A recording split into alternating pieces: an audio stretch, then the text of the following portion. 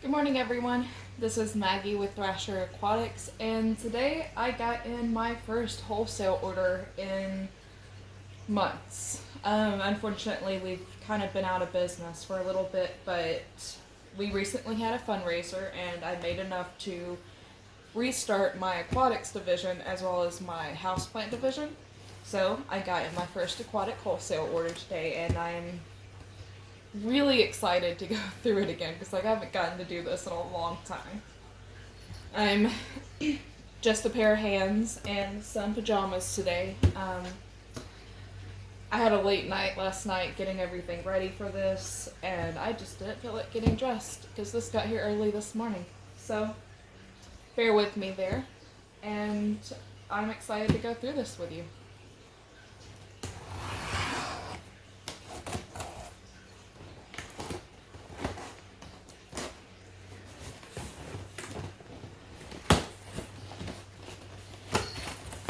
Alright, they always come packed in a big styrofoam box with ice packs in it because I live in Georgia and it gets really hot here during the day. Like, this is completely melted. I do hold on to the ice packs and stuff, and I reuse them for my own shipping just so I don't have to buy extra stuff and it gets reused and recycled instead of just being used once.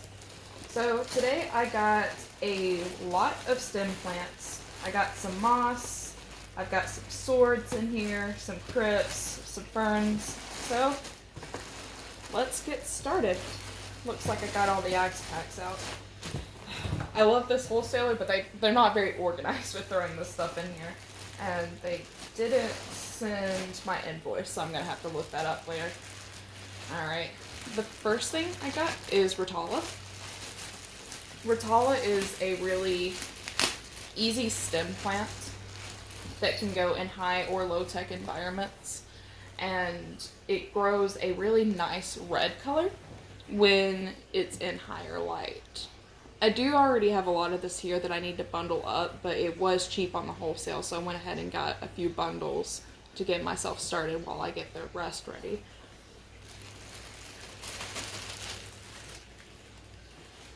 Rotala is one that doesn't need a whole lot of root nutrients, so I do recommend it for low-tech tanks. Basically, all it needs is a little bit of a column fertilizer and it'll be happy. Alright, looks like they didn't have enough of this one to send me my full order, but I got a little bit of it. This is Hygrophila pedipata. I'm sure I pronounced that wrong. Hygropin is what I listed as, but it has a really cool texture that grows really short in high-tech environments, but really tall in low-tech environments. I do usually just recommend this for high-tech because in low-tech it tends to stall out and not grow very well and will get kind of leggy. But the texture of this is incredible, and in highlight it turns a purpley color too, which is awesome.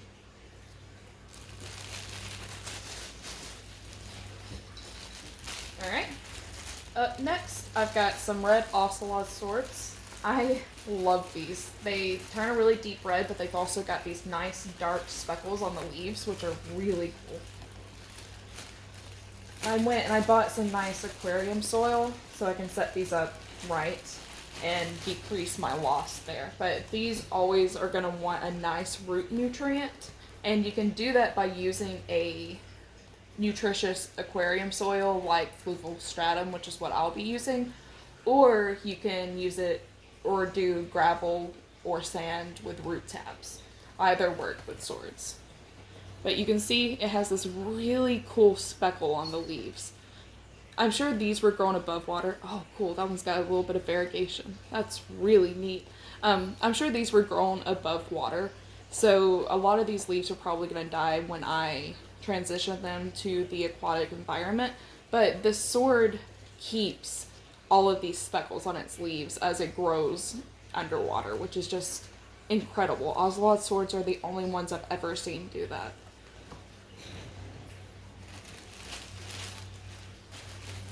Alright, up next is Ludwigia Super Red Mini. This is another one that I usually just recommend for high-tech or highlight environments. You don't have to have CO2 and all that, but in highlight it gets really, really deep red and stays really compact. Again, this is probably grown above water because it grows quicker, so wholesalers tend to do that. But it should do just fine as I start to convert it to an aquatic environment.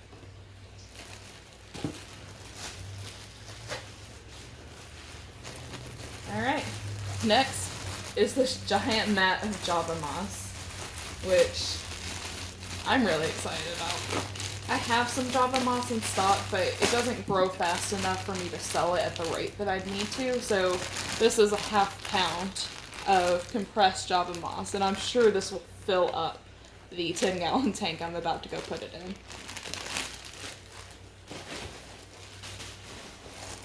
Alright, up next is mermaid weed. This one also gets a really nice red and highlight, but it can go in low or high-tech environments, and it gets a really, really cool fenestration on the edges of the leaves, and underwater this gets really pronounced and it gets really fingery, which is awesome. This is one of my favorite plants, and I order it in every single order because it sells out so quickly. Up next, I've got some Crypt Waddentii red. This is another heavy root feeder, so you want to do a aquatic soil, or you want to do wall stead or root tabs or something like that to make sure it stays happy, because this is going to feed primarily through the roots. I like crypts a lot though because they throw little runners, you can see, and these runners would either grow straight through the soil and then start sprouting up other crypts, or they'll grow straight up and then sprout crypts to the side, and then you can separate each one to propagate it, which ends up going pretty quickly when you've got a good root system. This is pretty green right now, but in the water it'll start turning a deep red.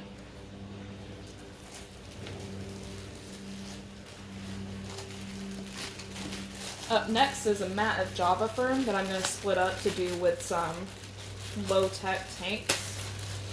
Java fern is one that I recommend to any beginner aquarist because it can go just about anywhere or in any tank and be okay. Basically, all you want to do is you want to make sure that this green part right here, the rhizome where all the leaves come up from, is not underneath the substrate, because if that rots, this whole plant dies. But as long as you attach it to like wood or a rock or something like that, this is going to be the easiest plant to keep alive.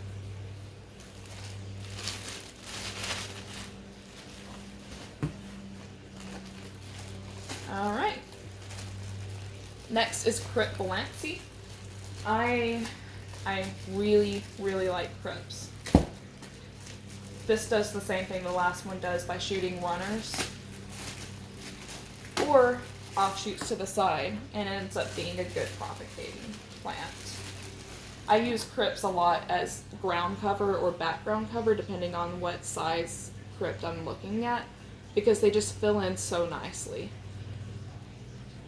I love the texture on these leaves.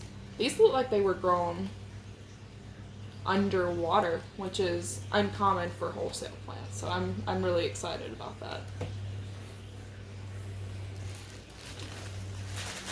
That should make it a lot easier for me to get them going here, which is always preferred. I'd much rather grow my plants than order them in. Alright, up next is Crypt Parva. These were grown above water, and I can tell that because they're very tall. Crypt Parva typically stays about this big when it's grown underwater, and it'll carpet out in your aquarium as long as you have a good nutritious substrate. So I'm excited to get these going here and start getting a bit of a carpet going myself.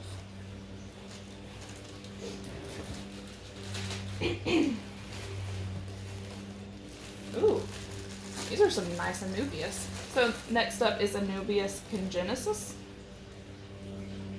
You're gonna have to bear with me on names here. But this is Anubias that I haven't really worked with much. But it looked really cool when I looked it up, with longer leaves. And Anubias is always a good seller because it's really easy to grow in most aquariums. Just like the Java fern, it has a rhizome that you don't need to put under the substrate because if you do, it will rot and the plant will die. But it grows extremely well attached with wood or on stone.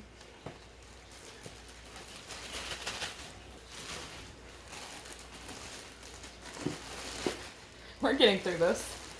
Got a bit more. Alright, let's do one of the boring ones. This is just a bunch of dwarf aquarium lily bulbs. They grow up and they have nice, really red leaves, and you can either let them grow as a bush underwater, or you can let them sprout leaves up to the top to have lily pads in your aquarium, which is really fun. Alright, these are just some Amazon swords. Another staple in the aquarium. They tend to get pretty big, but that means they make good filler in the background of your aquarium. And you can always trim off outside leaves to keep them smaller. Got quite a few of these in there, but these look like a nice set of them.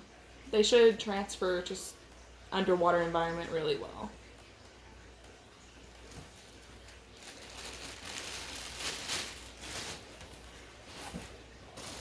Alright.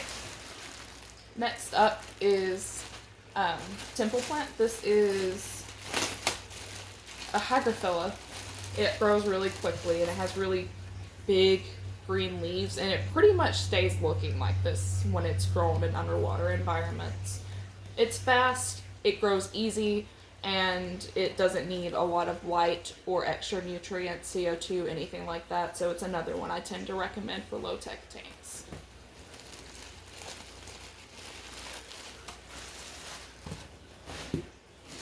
Alright, up next is Ludwigia repens. This is another low-tech plant that tends to get a bronze color even in lower light, which is cool. It grows very quickly. It also grows runners where it will grow up, but then the stem will kind of turn sideways in the light, and then it'll start growing stems upwards, which is really cool for propagation purposes. And it gets a nice bronze color, like I said, and grows pretty quickly, even in low-tech environments, as long as you're giving it, you know, halfway decent light and some fertilization when you can.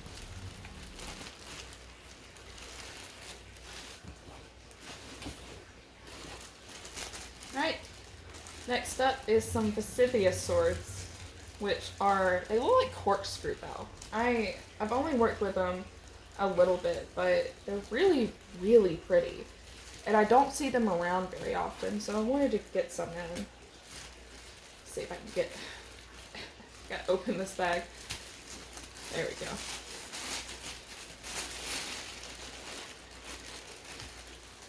Alright. I ordered quite a few of these because they're really small swords at first, but they grow really tall, and like I said, they're like a corkscrew bow. You can start to see the twist in the leaves. They're so, so pretty, and I'm so excited to get them grown out here because they're one of my favorite swords, and like I said, I just don't see them around, which is really unfortunate.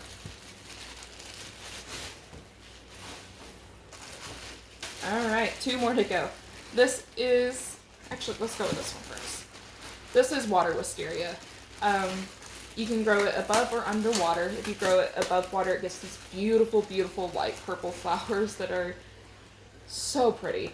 And underwater, it keeps these it gets really dramatic fingery leaves like the mermaid weed does, but this one's bigger, doesn't need as much light, and grows a lot faster. This is one that transfers to water really quickly and really easily with not a lot of dieback, and it survives in pretty much any tank I've ever put this in. And I'm not great with keeping up with my lighting schedules or fertilization, so that says a lot. I really, really like this plant. It's another one that I always order a whole bag of every time I order. Because even though it grows quickly, I sell so much of it that I can't grow it myself here. And last but not least is my favorite plant. This is Lemon de Copa, and it actually, opening this bag, the whole room just smells like lemons, and it makes me so happy. It is another one that grows really well in low tech environments and transfers over really easily, and it grows pretty quickly. So I recommend it a lot. It smells really good, and when you grow it above water, it gets these tiny little white flowers that are just precious. So I use this a lot in my tanks, in my polydariums. I just really, really love this plant. And that is it. That is my first wholesale order in months. And it's not the biggest one. The prices went up a little bit, so it's going to be a little harder to move this. But I am so excited to get started with this. I cannot explain how much I've missed working with these plants and putting together packages and working with customers and making sure people get a really nice aquarium started out. Because I see a lot of people starting out with planted aquariums and then all their plants die because they don't have the proper information or they bought the wrong plants to begin with for their tank environment. And it just discourages people, and then you see all these tanks with really sharp plastic plants in them that end up hurting the fish. So I wanted to share this, kind of go through some of the plants that I thought would be a really good starting set for my wholesale orders, and well, maybe I'll see a few of you online when I'm selling these. I hope you guys have a fantastic day. Again, this was Maggie Thrasher with Thrasher Aquatics, and if you want more content like this with my unboxing, I will soon be getting in fish, shrimp, snails, things like that as well. Comment below, subscribe, like. I will gladly record those too, because hopefully, if this goes well, this will be an every week thing again. And that being said, I hope you have a good one. Bye.